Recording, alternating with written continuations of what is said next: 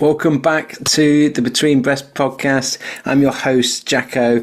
Apologies that there's been a little bit of a break between the last episode, but excitingly and for good reason, I have been making the final amends to the book that I've been writing for 18 months that is now finally ready to go back to the editor at Bloomsbury as this is my final piece. I had my amends to do. This is all done now, and I am very excited about you getting the chance to finally soon be able to see what it is all been about. I'm not even allowed, apologies, to tell you like what the name of the book is or the title of it, but all of that will be revealed soon for those. And thank you for those that have already shown lots of interest in like messages going, I'm already going to pre-order it. When can I buy it? So thank you for all the support so far. It really has spurred me on, whilst it's been a enjoyable process, but as you can imagine, a challenging one and a stressful one at times. And I've had to use my breathing to stay calm when I've been feeling a little bit stressed about ultimately not feeling that I have the ability to write this thing.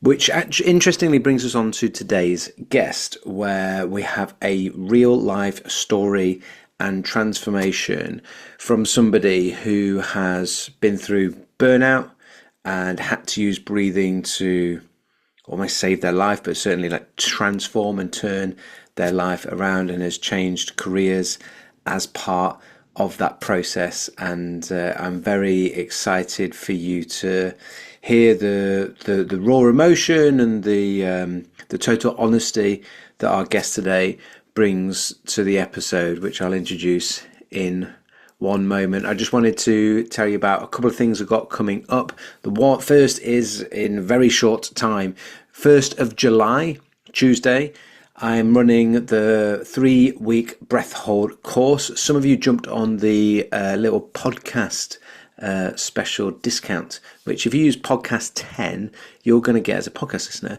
10% off the breath hold course. It's 3 weeks long via Zoom, getting coached by me, where I teach you everything that I utilize with elite and professional international athletes to improve all aspects of their physical and mental performance. We also touch on like the mechanical ventilation part of controlling our breath after doing the breath holds, as well as doing some down regulation work to offset some of the like challenge and stress that breath holding integrated energy training is going to do. It will transform your training like forever. I almost promise you that. And it comes with a full money back guarantee, because the feedback I get for this course, like I love teaching it. It's the first online course and the most popular one that I've been teaching. The feedback we get is off the charts. So I'm always more than happy. Sometimes people are a little bit, I'm not sure whether to do it. Like it's not a particularly cheap course, because it's it's a very high quality, and you get full lifetime access to all of the replays and all the video tutorials of all the exercises and different bits and bobs that we go through during the 3-week course. And if by the end of it you go send me an email going, Jacko, I did the course, and no questions asked, but you go, I didn't benefit from it, I'll give you your money back, no problem at all. That's what the money back guarantee is about. So for podcast listeners, use the code podcast10 at checkout at probreathwork.com, and the link is in the show notes. On to today's guest then, Ciaran Avitabile from Team Academy, and he's going to be open and honest with you about this experience that's transformed how he looks at business, how he looks at life, and what he does with his breathing to help with that. You'll learn from some of the things that he's learned along the way and the mistakes. I guess I share some of my mistakes along my own journey, because there's a real mirror image of or reflection of some similarities between the journeys that we've both been on. So I found it really great to connect with him on quite a deep level on this. So I look forward to you having the chance to do the same as you listen along to Ciaran on the Between Breaths podcast. We enter this world taking our first breath, and sadly we leave this place taking our last. And what I want to do with this podcast is to explore what happens between those breaths. I'm David Jackson, Jacko, and this is the Between Breaths podcast. So Ciaran, welcome to the podcast. Thank you, Jacko. I think I've got record, maybe not as hot as in Spain where you are, but we've got record scorchio temperatures here. It is absolutely baking. I've got to have the window open, so if anyone can hear a little bit of wind, hopefully that makes you appreciate how hot I am. Anyway, Yeah, I um, won't show off, but I don't think it's going to be as warm as it is here in Spain, Jacko. it's, 1-0 to me it's for that one. it's one of those classics at the moment here in the UK where it's like it's too hot, and it's we've only had one we've only had one day of it. Um, just for a little, I'm really looking forward to this conversation. A lot of insights into how breathing can be used in the most extreme of sort of stresses and burnouts. We've got a little bit of a relationship together on breathing for running as Yeah. well that we'll touch on towards the end. And when I say relationship, you've had the pleasure of being just behind my little short shorts on the way up to Irwood for AK Snowdon, so that's something I for was hoping that wouldn't come up on today's chat. Cyber's our eyes. You've seen more of me. You've seen more of me than most people. Um, on a serious note, yeah, just give people a little context to your background. You've got a story of burnout and using breathing within that corporate environment. Well, for your own organically for your own self, and really interested to dig into that because I think people will.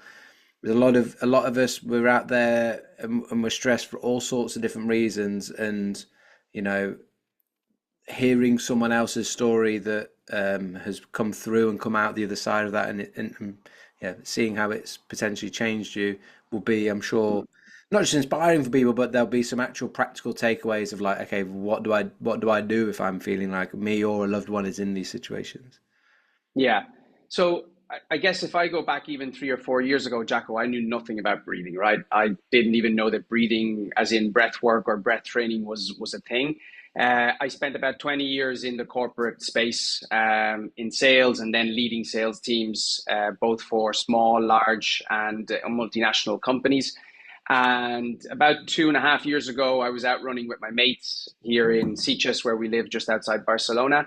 And basically, I suffered a mini stroke. I started to lose not quite the ability to speak, but like certain words. I just couldn't find certain words. So I clearly Wow. wasn't able to finish a sentence. And then I got the typical pins and needles.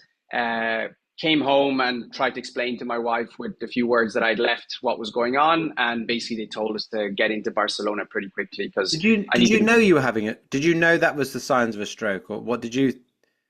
I knew something was wrong. I didn't know it was a stroke, but I do remember I was with my friends and stupidly, instead of saying, guys, something is happening here, I didn't want to disturb them on their run. So I said, you guys go ahead. I'm going to turn back. I'm tired, right? I'm just not feeling it today. And as I was running back to my car and stupidly I had my phone in my car, I always have my phone on me. But for some reason that day I left it in the car. What I do remember is thinking this is serious and kind of spotting people in front of me and going, okay, if anything happens, I'm going to grab this person to ask for help. And when I passed that person, because I kept running, I don't know why, I'd say I'm going to grab the other person. So in my mind, I obviously knew how serious it was because I kind of had my strategy to ask Right. for help if needs be. But it was when I got home and I tried to explain to my wife what was happening that I couldn't get the words fully out. And when I went into the hospital, basically they said, yeah, look, he's clearly had some sort of they call it a mini stroke. So it doesn't Yeah. sound as good, right? But it's But the that reason why they is. said it was a mini stroke is because luckily it didn't leave any long term impact on me, Right, on yeah, my health. yeah. It reminds me of just the herniation. Like when I had a seizure and my brain injury, and it was like you've had a small bleed on the brain, and the severity, but it's also true, isn't it? Of like the bigger the episode or the thing, like the more damage being done, and then potentially the harder the recovery, or the more. But Yeah. it's scary. I think the thing that I'm interested. Well, this is probably just out of my own curiosity. I don't have any. I lost 2 weeks of memory. Like I don't have any memory of that other than just being a bit confused in hospital when I finally came round. But you're there with it cognitively, presumably, but you Big physically time. can't. That Yeah. must be scary. The, Like, the only confusion I have, I perfectly remember running down the seafront towards my car. I remember driving home.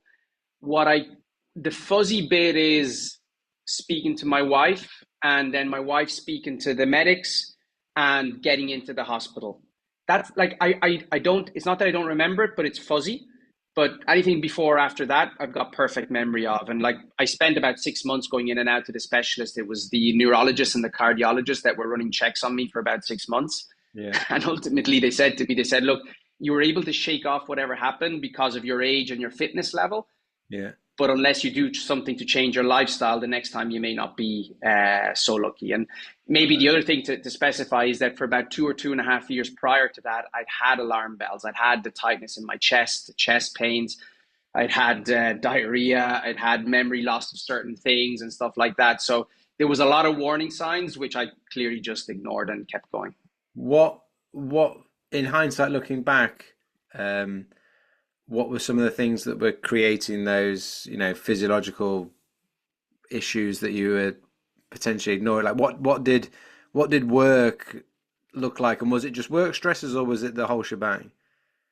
I think it was all work in the sense that I don't blame work for it. I had responsibility for it because in the process of trying to figure that out before I had burnout, I also changed companies thinking the company was the issue and then just fell into the same patterns. So very quickly I realized, well, Ciaran is the issue, not the business, not the employer or the company. But the environment in which I was working in, just to give you some background, this was pre-COVID. I was on a plane every single week, so spending a number of days away from home every single week. When I was home, I was working roughly until 1, 2, potentially even 3 o'clock in the morning.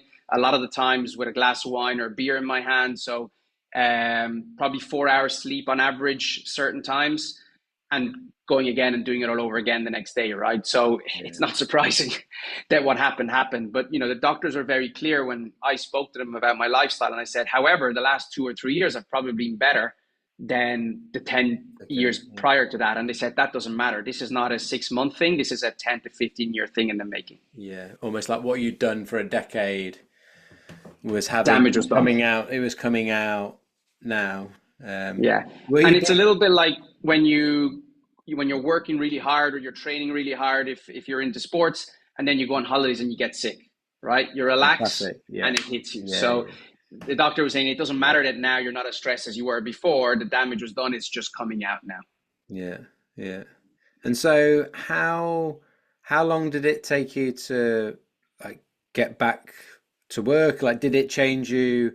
Did it change? Did your approach change straight away, or did it take a lot? What was that? What was that change and that transition? Did you go back to the same work for the same business straight away, or how did things change? So I took 1 or 2 days off, but then I went back to work. But I had agreed with my wife that it was time to hand in my notice, basically. But obviously, I'd spent 20 years building my career, my reputation, let's say, an identity within that world.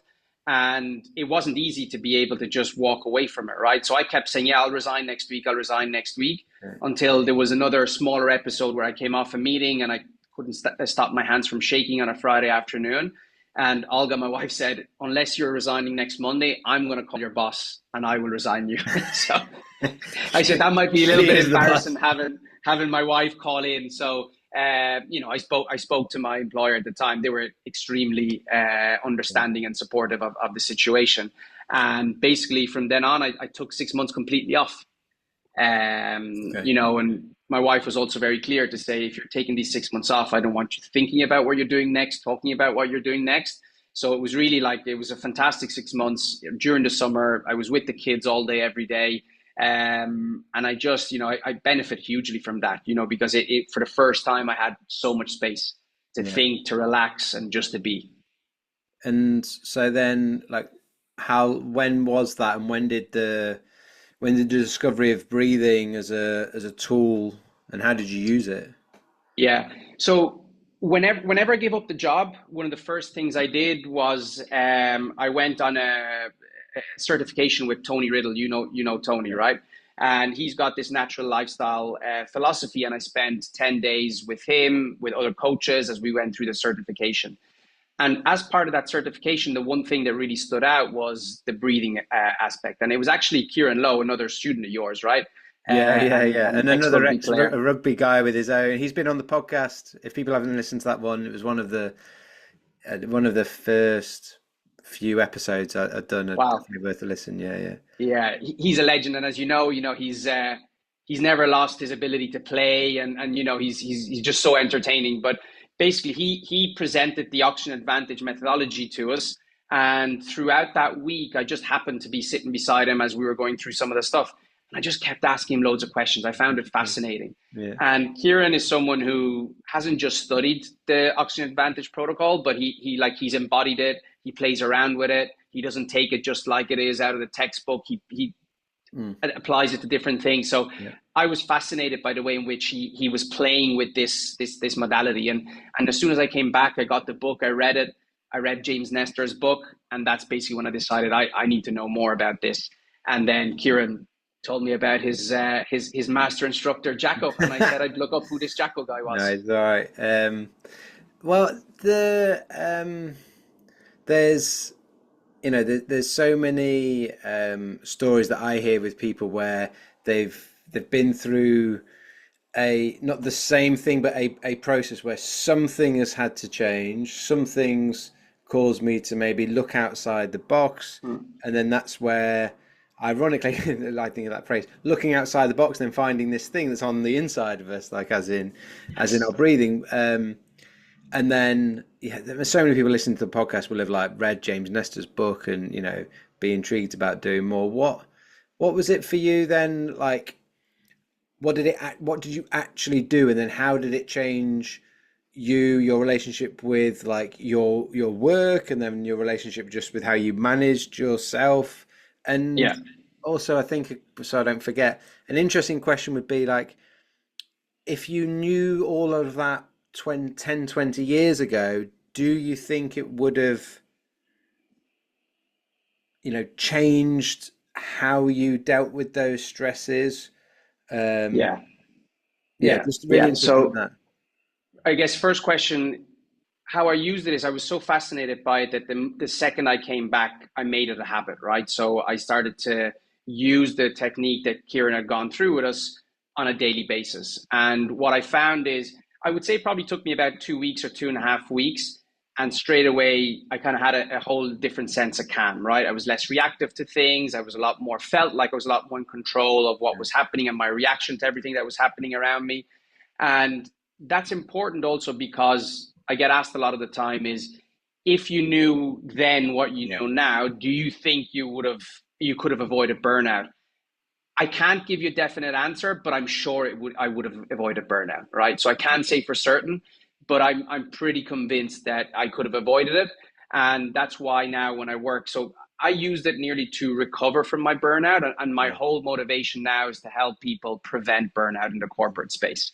And that's why when I'm working with my clients at the moment, I try to work with them through both business coaching together with the breathwork coaching. For me, it's all the one to help them achieve great things, but at the same time maintain a regulated nervous system. Yeah, it has a lot of similarities with how I feel about I genuinely, would I've managed like my repetitive head injuries better and recovery and stuff. Like it's the same thing. It's like, yeah, and not to do with whether it would have stopped them, but um, do I know that I wouldn't have gone and researched and got into like, okay, breathing is this thing I need to work on. Like I Mm. wouldn't have, without the impetus and need to do the whole brain health thing post injury.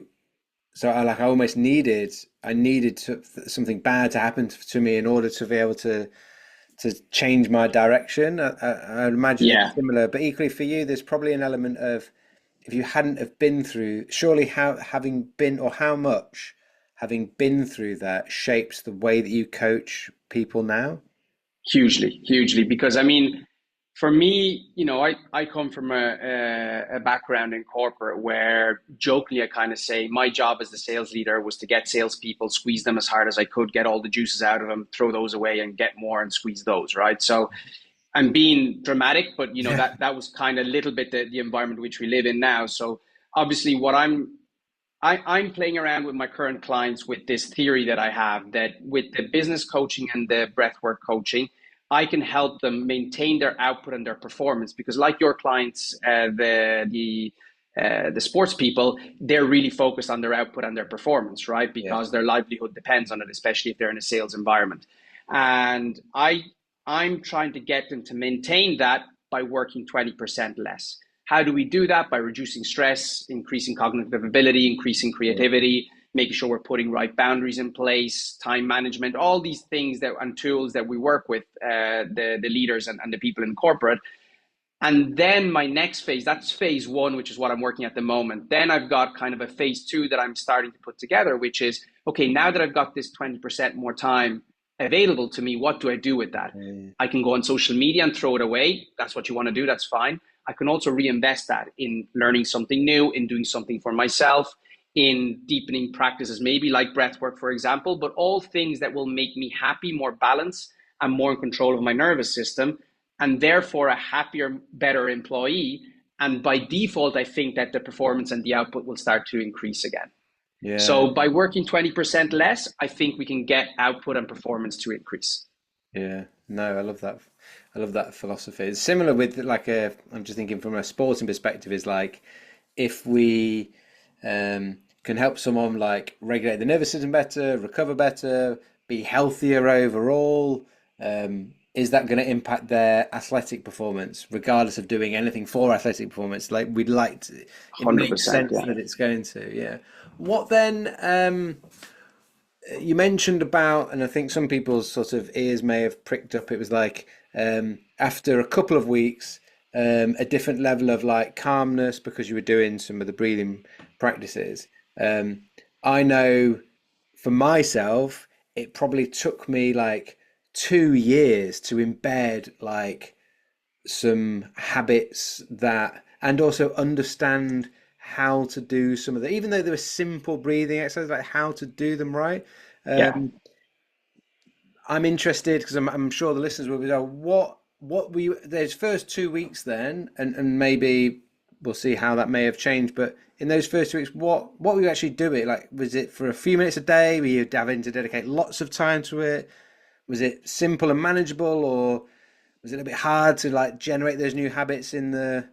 Yeah. How did you get started? Because I think there's a lot of people will get a lot out of that. Yeah, I think I was at an advantage because it was still in that time where I'd given up my work, right? So I Yeah, didn't have a job to manage. So the stressors, the bigger stressors have already been removed, right? So that was a big help. yeah, yeah, And I think that's probably why I saw that change happening so fast. The reality is that, I actually started with 2 minutes of breathing in the morning, right? Because I've never been able to do anything like meditation or anything like that. Because one, I can't sit still, and two, I can't quiet my mind, right? But the advantage with breathwork is because I had to focus on the breath, it means I couldn't focus on all the other things that were distracting me, right? So that immediately helped me yeah. to really find some stillness and some calmness. But I remember starting and setting my stopwatch at 2 minutes to do the breathing exercises, and I worked it up to about 10 minutes in the morning. I'm going to be 100% honest with you. Even today, my standard practice is 5 minutes. And the reason is that even when I talk to my clients, I say I prefer to set small, achievable goals and keep them, like, make sure that every single day I'm being compliant with them. Then try to do 20 minutes, and then I lie in bed for 10 extra minutes, and I go, I'm just not going to be able to do 20 minutes. Yeah. I find it very hard to find an excuse not to do 5 minutes, right? So that's kind of my go-to. Of course, I play with other things before training, after training, as recovery throughout the day if I've got a big meeting or something like that. But kind of my go-to breathing is that 5 minutes in the morning. And it's the simplest of simplest. I use the LSD, right? The light, slow, deep. And I basically just sit still and I try to breathe as slowly and as light as I can, get to that air hunger, and just sit with that for the 5 minutes. Nice. So you're not putting any particular count in or any hold, or it's as simple as like slowing it down, making like feeling some air hunger, and just Correct. I try to keep it as simple as I can. I do play around with some of the breath holds and stuff like that, but this one is my absolutely yeah, go-to, right? And I kind of say it's funny because it's kind of not a tool because it's nothing. It's just breathing I think less and breathing I love slower, it. but Yeah. it's the one that I find most effective. It's the simplest things are the best things. It's one of the things we'll talk a bit about coaching as well, but I know like I've done this with lots of different coaching, like rugby coaching, S&C coaching, maybe less so in rugby coaching, but definitely did it with breathing when I was coaching. It was like um, feeling this a misconception that like the client isn't gonna like this unless or aren't going isn't going to like it and isn't going to be impressed by this if it's really easy. Like I need to zizz it up, I need to make it a bit sexier, and it definitely needs to be complicated in order that they're going to want to like buy another session from me. And Yeah. actually it's the total opposite, isn't it? It's like, and if I think of my own, similar to you, my own thing that I would do regularly, like every day and maybe multiple times during the day, something is literally breathing quietly in and out through the nose and just humming on my exhale. And that's my Yeah. version of what you do. Is that's it. And there's no particular count. There's just that's it. Yeah. We And did it together in the sauna, remember? yeah, no, exactly. And but I think that sometimes people, um, we often can something that simple be that impactful. And my encouragement is, just to try it. Yeah.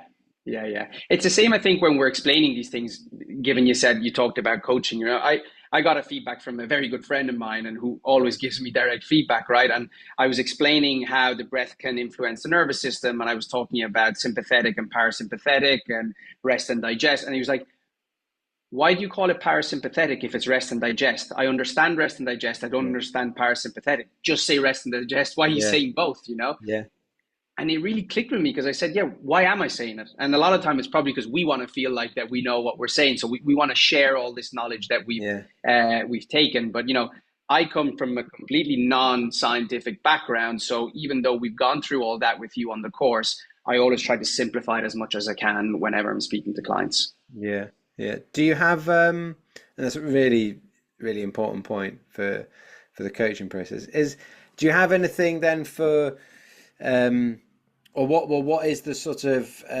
starting point, or if you were to give someone who's listening, they're or it's a new client of yours, but someone listening where they're in like a high stress job, or just their life feels high stress, like um, what's their starting point in terms of advice from you, into if they were trying to use their breathing to Yeah. Well, I think the most important thing would be to kind of try and have an understanding as to where the nervous system may be at the moment, whether it be through some of the assessment that we've learned through the Oxygen Advantage, but even just asking them to be able to sit down for 2 to 3 minutes and just breathe in and out through the nose. I don't care how you're breathing. I don't care the mechanics. I don't care about anything else. Just breathe in and out through your nose, sitting still, counting 1 to 10, and see if you can get to 10. Likely, they're not going to get to 10. Go back down to 1 and start again. And just get them to do that on a daily basis, even if it's just for 2 to 3 minutes. And my guess would be will probably take a week to 10 days before they'll actually get to 10 without getting distracted. yeah, Um, Obviously, if we have the luxury of spending time with them and running an assessment on the bolt score that we have, in Oxygen Advantage and things like that, then I can get a little bit more specific. But again, the starting point, whatever it is I give them, whether it's the some version of the box breathing or cadence breath or anything like that, I would still be asking for 2 to 3 minutes a day to get started, and then we will build on that as the days go on. Because the biggest issue with people who are in that stress state is that it's impossible to sit with your mind, right? Because there's yeah, so much going on, yeah, you're not able to quiet the mind. So you're only going to stress them even more by telling them, like, I know if you told me 3, 4 years ago, just sit down, sit still, and just count your breaths, I yeah, probably, yeah, I won't tell you what I think I would say to you, but I don't think I'd really get it. yeah, yeah, yeah. And um what's the sort of you're now coaching in that, I guess there's two arms to your coaching in the corporate way, like business coaching as well as like utilizing the breath. Mm. Um how much sort of skepticism is there within that sort of archetype of I'm a stressed corporate, like maybe I'm the type of person that's like I know I would like some help, but am I skeptical typically of the breathing, or am I quite open to breathing? It's a bit more mainstream now, maybe, but I'm in the circles where I think everyone knows about breathing, and clearly they don't. Yeah, I think it's a great question, Jacko, because I was only thinking about this the other day, right? I think where we are at the moment is, and I said my goal is to bring breathwork into the corporate world to help people prevent stress and burnout. Yeah, Where we are on that journey is, I think if you take an individual person in that area, whether they're a leader or whether they're a team member, whatever it is, I think on a one-to-one, they all believe in it and they're all happy to come out and talk about it and practice it and everything. Where we still have a little bit of resistance is, okay, I'm working with the leader. They personally get benefit from the breath work and the coaching. And I say, okay, now bring me into your team. Because one of the things that we do is we take teams outside of their working environment and we do a full day experience, both around business coaching and breath work as well. And I think there's still a resistance there of, do I want to go back into the working environment, let everybody know that I'm doing this breathwork thing and that, now we're able to kind of circumvent that because we talk more about, okay, we're going to do a team coaching experience. And then it's only really when we get closer to it, we say, okay, well, we're going to start with some breathwork on the beach in the morning, right? So it's a way around it, but to be able to get a leader to bring you in to purely just do a workshop on breathwork is still a little bit of a barrier. and um just in out of interest, like what do you think those barriers are? You've sort of alluded to the fact that probably 3, 4, 5 years ago, 10 years ago, you would have also been that person being a bit like, what's this thing? Like, am I going to Yeah, entertain it? I think there's two things. There's one is having to admit that you need help with stress because stress would have been seen, okay, he or she is not coping with the work, so they're not able for it type thing. Yeah, okay. And then the second thing is that in order to cope with the stress, that you're doing breath work instead of having a few beers, right? It's just Yeah, it's a cultural shift I think that needs to happen. As I said, I think we're getting so close because if you speak to them one to one individually, they will all 100% believe it. And okay. I'm actually surprised how many people have tried it or are trying it.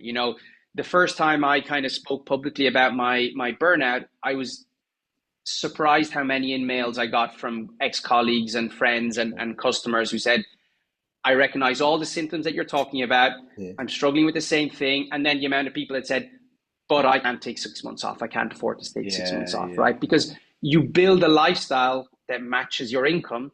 And therefore, when your income yeah, is threatened because you're burning out, you're in a position that you can't stop. yeah. No, difficult. Um, but I think one of the things that you've drawn out nicely from like your own experience with the breath work and utilizing it is going, it might be as simple as sitting down and breathing in and out through your nose sort of gently for a couple of minutes as a starting point, which feels pretty manageable for most Yeah. people. And if we're skeptical, it's like, well, just give it a go and see if it changes how you feel. I think that's the biggest advantage that we have in terms of a tool at our disposal, Jacko, because you could just say, just give me 5 minutes and they will feel something different, Yeah, right? As you said, right? Because the thing that shocked me the most was that I had a tool available to me inside me that within a couple of minutes I could directly impact my nervous system. yeah, That just blew my mind when yeah, I started to look into this stuff, right? And with a lot of people, even with a lot of my friends and stuff, that's what I've done. I said, well, let's just sit down for 5 minutes. Let's just do a couple of exercises. I'll walk you through them. And afterwards, most of them are like, wow, so you yeah, kind of sit them, imagine going through a program, imagine making this is a tool that you can use whenever stress comes your way, but imagine if you can make it a habit and yeah. prevent stress even coming your way. Yeah, I actually just I was speaking to someone today. He works in this sort of corporate world, and he's got some clients where he'd like to integrate more breathwork in, and he was very big on like, oh, the breath as a tool, like it's such a powerful tool. It can be life changing. It can be an anchor, but very much like this whole using the breath as a tool, and totally correct. And I said, That's one part of it." what about sharpening the tool? Yeah, This is the thing that I think then I was describing to him is that we have another layer. So you go, you're going to learn how to use your breathing as a tool to like change your state, regulate your nervous system, all those things. But what about if you also get better at the tool? If you sharpen the tool, if you yeah, get better at breathing, you change your you change your baseline, you can change your capacity for stress and your ability to then use it. Because 100%. I remember having um, I'll say it because I'm saying it. But I remember I sometimes find it difficult to actually explain it. But like I'd been doing this for a number of years, and then when my dad, I was at home looking after my mum. My dad was terminal cancer, and I remember lying in bed like crying and not being able to regulate myself, breathing very fast and like feeling very stressed, Mm. and couldn't sleep. And I knew I needed to control my breathing, but it was very, very, very, very hard to do in that situation. So the better there will always potentially be times and challenges in our life where it's going to be really hard to use it. So not only being able to use it, like being good at it, I think is a Yeah, really I think it's a really overlooked component of. I think people are starting to appreciate, as you say, we can use breathing as a tool to regulate. I think the yeah. next step is then being able to go, as well as that, what about getting better at it? Um, Yeah, I think because that's why I talk about tool versus habit, because if you want to take it out when you need it, it's going to be very hard. To your point, right? You know about breath, you still found it hard to regulate, right? I had a similar incident with my son misbehaving. It wasn't as serious as your scenario, but my son misbehaving, and I lost it. I was raising my voice. I was on the other side of the room, shaking my hands, like I was. And I thought to myself afterwards, I was so ashamed because I said, like, I'm talking to people about a regulated nervous system, and yeah, I blew it, like, yeah, and yeah. I couldn't control it. And then I was speaking to my wife later that night, and I said, probably been about 2 weeks that I haven't been doing my breathwork routine in the morning. Okay, And interesting. that's 5 minutes a day, right? And that's why Yeah, I say to people, you don't have to meditate or breathe for an hour a day or 2 hours a day to be able to get the benefits. I realized that I was getting more reactive, and this was one of the examples. And then when I thought about it, is I haven't been consistent in my practice. yeah. Well, interesting. Very interesting. Um, let's switch gears slightly then, because I mentioned at the start that we would talk towards the end, and we would talk about running, and I mean I was your Sherpa up Widfer. Um, you'd come you'd come to the annual coaches weekend that we put on in here in Wales, and yeah, I'm interested. So we ran up Snowdon together. That was pretty cool. But from your, have you? I guess you're getting into ultras, and you've got an example that I know you're going to share about running over 70K in the burning hot heat. But before we get to that example, have you always been like into exercise or into running, or is it something that's come as this new version of post burnout? Yeah, no, I've always been big into my fitness and sports in general, to be totally honest. And in 2012, I did my first Ironman. I was doing a lot of triathlons, a lot of marathons at the time. But in recent years, then I did training more like high rock style training, high Yeah. intensity workouts. But one of the things that the doctor said to me at the time, because I was saying, yeah, but I do lots of fitness stuff, I do lots of running, lots of weights, and that's how I manage my stress. And I said, well, that is stress.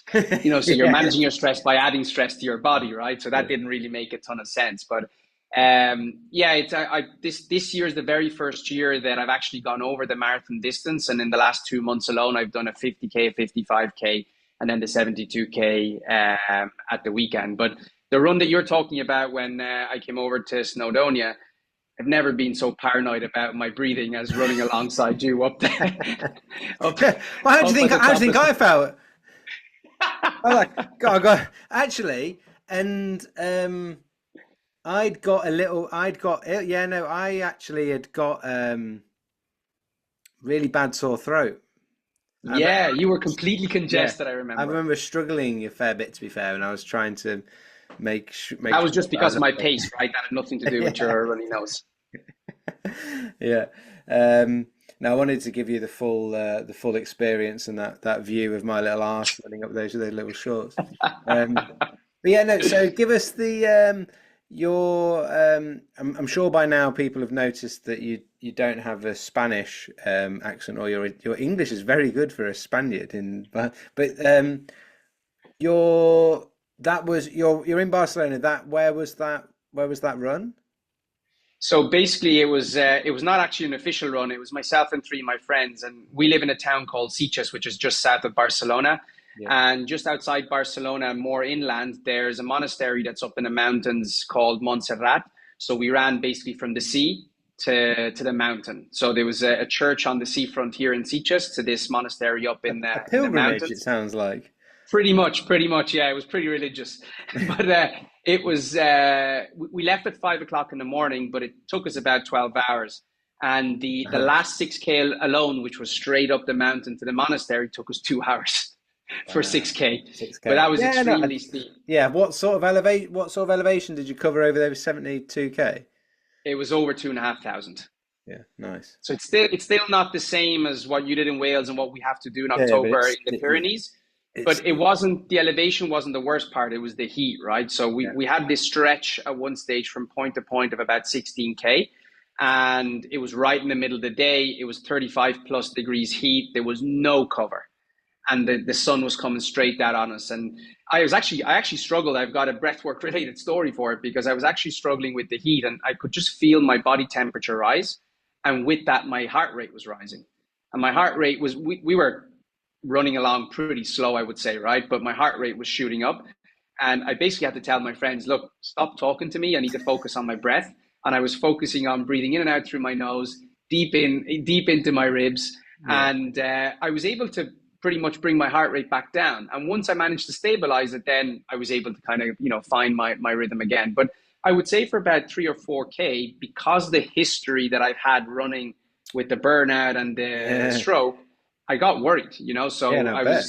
I had thought about maybe I need to just stop, right? Yeah, And once I got it in control, then one of the guys said, guys, I needed a bit of shade, let's stop. So between that and bringing the temperature down and the breath, it actually helped me to control it. yeah. The the antisocial nature of Nasal Running Club. I like it. Like, guys, you got to stop talking to me. I mean, I've noticed it. Go if I um I got some like data from my Strava for this. Like there's a bit where I reference this in the book that I'd written, where I'd done like the same 10K loop at the same pace, uh, Mm. one on my own, and then one talking with a friend, and my heart rate was 10 beats per minute on average higher when I was talking, Wow. Wow. Okay. just Yeah, for the that makes act sense. of that. Um, and then I think the other thing I'd draw on that, or to ask about, is that I've definitely feel so you're in a that's a stressful situation. You add on the fact that like psychologically you're going like I'm feeling some stuff here that I can't regulate that, and I've had a mini stroke before. Mm. So you add that into the mix, and the whole thing you mentioned around like just people not being able to quieten the mind, like the mind can start going like it's telling some all sorts of stories at this point. I personally find that whether it's like emotional or whether it's like a physical pain or whether it's just I'm climbing this thing and I'm like 60K into a 100K race, like I don't know if like the I don't know if I can do it. Do I want to go on? This hurts so much. Like all that Yeah. chatter, that when we like just hone in and just focus on something to do with your breathing, regulating it or linking it with your steps or something to do with like just your I just find that it just helps to like draw like, get rid of some of that chatter, and you sort of head down and just focus on breathing, and then like it gets you through, and it's not like all of a sudden, but you are then at the Yeah. top of the mountain, and it might be an actual mountain or a Yeah, yeah. And that's what I talk about even with my coaching clients, because I kind of say, okay, you've got all this stuff going on in your mind.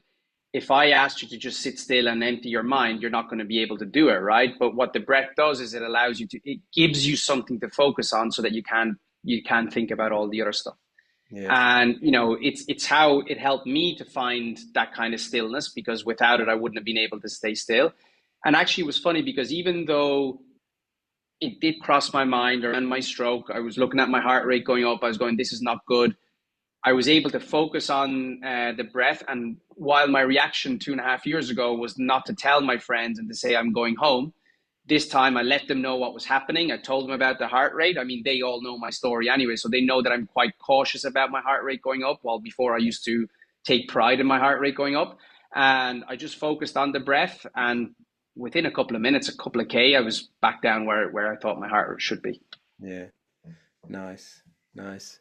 I think the only thing I'd say on that is like,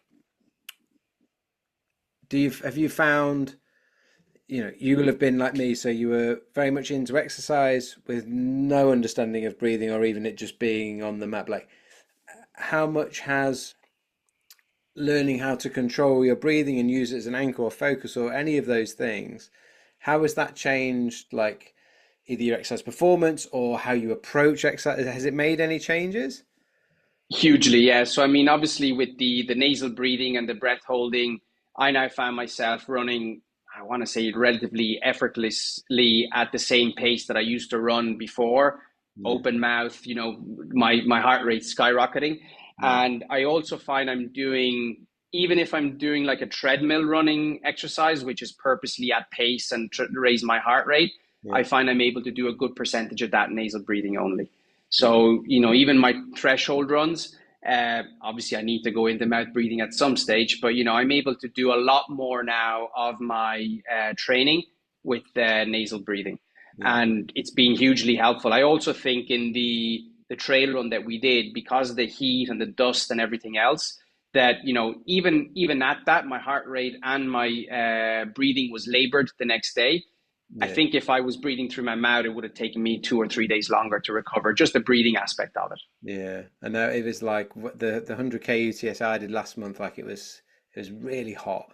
And just the dehydration is a massive challenge. And whether the amount of humidity or that you or moisture that you're losing through the mouth, it's going to be a hell of a lot. It's going to be small in comparison to how much you're sweating, and so Big like time. the fluids you can take on and the electrolytes and all that. But in those types of scenarios, like any little thing helps. And I don't think, because some people say like, oh man, you did it. You did that thing nasal breathing, and it's more like, no, I genuinely am not sure that I could do it if you made me mouth breathe the whole way around. I don't think I could do it. I just don't think my airway Uh, could take it. Like my heart yeah, would be a big higher. Like, difference I noticed was the recovery. So yeah, since I big time. started nasal breathing, then it's not just the performance on the day, but also the fact that the next day I'm a lot better and I can bounce back a lot quicker from any of these longer endurance type events. Yeah, yeah, and even if you just took a very simple physiological marker like heart rate, Mm. if I'm able to show through my data and like that one example of going like nasal breathing on my own compared to talking to a friend, it's like 10 beats a minute higher. Other sessions is going to be even higher when I'm not be able to control it. Like the the heart rate being a sign of like higher stress, higher load. It makes a lot of sense that if I'm being more efficient, my heart rate's then lower, and then actually my recovery, I've not. It's almost like recovery is better, but it's almost like I haven't got as much to recover from. It wasn't as a stressful event as perhaps. One question I would have actually is because a lot of people probably have, anyone that's tried nasal breathing when running or in various different types of exercise, what that tipping point is like, how when you get there, what's that feeling like as maybe as a percentage of, it doesn't have to be an exact thing, but just a bit of a gauge, like if you, how close to your like max running speed are you getting nasally, and has that improved over time? Just thinking for some people, sometimes we can get like to like I remember when I first tried nasal breathing running, I got 50 meters. That was it, and I was jogging, and it was like Yeah. horrendous. Yeah, no, I'm the same. I'm the same. I had to slow my running right down. Okay. So obviously I'm a couple of years into it, but at the very beginning, I remember it being extremely frustrating because, the ego was at me, right? I was running along the seafront and someone that knew was passing me by and I was going, they're going to think, I'd forgotten how to run, right? I was running so slow. Uh, but I think I already, after about a month or two, I already started to see that pace increase. And Right. basically, what I did is I just ran at the pace at which I could nasal breathe. Yeah. That's how I tried to keep the training on nasal breathing. And I basically said, if I need to start using mouth, I'm just going to slow down instead, Okay. Yeah. right? But now what I find is what I do is I try to nasal breathe, and then when I have to, I exhale through the mouth, but I try and maintain my inhales through the nose. And if I'm really struggling because I'm sprinting or I'm going up a super steep hill at pace, then I just have to open my mouth, right? I think it's Yeah. I think you can also get a little bit too hung up on a technique. And my approach is I'm going to use nasal breathing as long as it serves me, and there will be times where I just need to let go.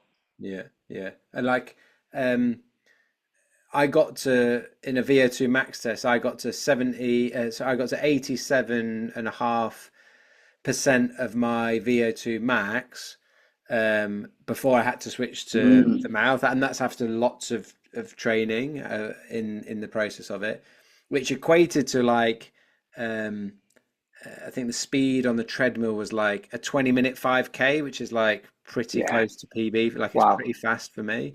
Yeah. As a just as a rough percentage of like effort, like when you said like, oh, for the thresholds like type of sessions I'm having to mouth breathe, what just roughly, not as a percentage of VO2 max, not expecting that level, but just do you feel like you're running at like 75% effort, like 50% effort, like Yeah, what sort of I would effort say would you when say?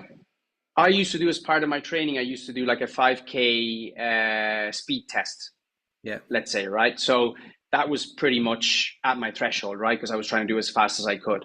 And I would have liked to have said around 80% at that time I was nasal breathing. Yeah, nice.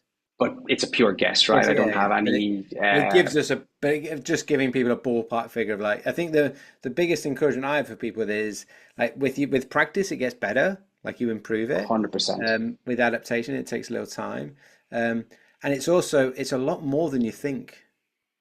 You know, Hmm. if you've never really tried it, once you get over that uncomfortableness of actually using your nose when you're running, it can soon become way more intense running and it being okay, and you get all that like feeling of being in control and calmness as long as you're not forcing it.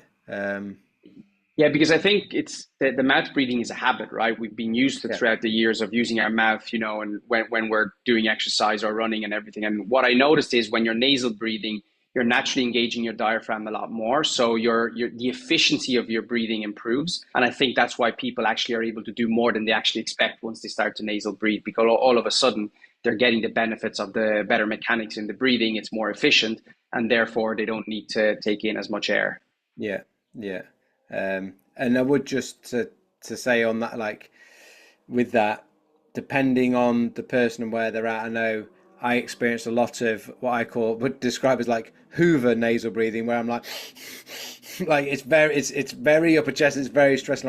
I wasn't automatically using my diaphragm because I was trying to push it too hard. I didn't even give myself the time to be able to do it, and I'd not done the Yeah.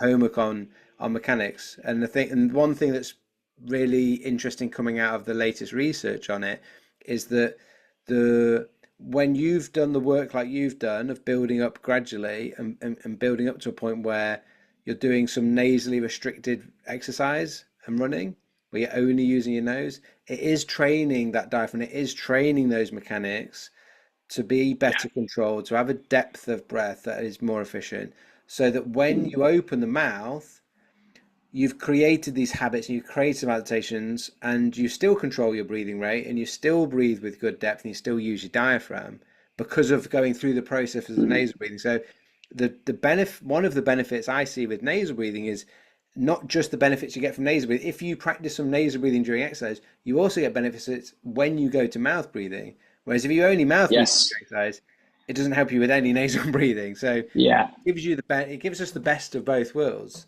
Yeah, I think I've still got some learning to do on that mechanics piece. I mean, I've seen you work on that as well, and I think that for me that was nearly like a hidden benefit. And Yeah. I've watched you work on people when we did the coaches get together and stuff like that, and that's an area that I want to start to maybe dig a little bit deeper into for my own learning. Yeah, and there's a lot. Um, there's a lot to be there's a lot to be said, a lot to be done. I've got there's a whole chapter in my book that comes out next year, Bloomsbury, on exactly that. So I won't Can't wait spot to read things it. too early, but yeah, no, um, yeah, I'll give it a little I'm plug. getting a signed copy, right? A You little plug, promised me yeah, that. yeah, for sure. And just giving myself a little plug on my own podcast. It's not supposed to, right. You're supposed to be plugging you. So, where can people find out a little bit more about you and your coaching, whether it Yeah. be for Well, the breathwork easiest or for place the to find me is corporate? probably on Instagram, which is Ciaran, Ciaran _ breathwork. But even if you want to go on LinkedIn, you can find me at the teamacademy.coach. Teamacademy.coach is the business that we use where we're bringing leadership and coaching experiences and programs together with breathwork to the corporate world. So I'd love to hear from you, love to hear maybe, how you think we can help your team and the businesses that you're working in with our coaching and breathwork offerings. Awesome. Well, that I'll put links in the show notes to both of those, so people can just click straight through from the show notes. But thank you from me and from all this. Thank you for being on the podcast, but being so yeah, honest and authentic. I really appreciate that and enjoyed the conversation. And I wanted to say a big thank you to you, Jacko, not only for teaching me what you've taught me, but also for being a great mentor and friend. And one thing that I really appreciate is how you bring the coaching community together. You help us to keep learning, keep improving. And the weekend in Wales is one of my highlights of the year, and I can't wait to see the dates coming out for next year because I'm Yes, I know. signing up Well, again. if you are one of the coaches, or you're going to do the course that's coming up in October, yeah, the next meet we are putting plans in place for a. We always try and make it a little bit better each year. So there's some camping vibes potentially this for the 2020. Crikey, it's gonna be 2026, isn't it? That's a bit scary for That's good news because when I sent my wife pictures of where we were on the beach there, she said that next year she's going to come with me and we're going to drive the van and they'll hang yeah, around. They'll hang around the beach while we're doing our breathing stuff. perfect road trip. Awesome. Well, thank you, mate. Awesome, Jacko. Um, Thanks a million. no, pleasure. Take care. Chat soon. Bye bye.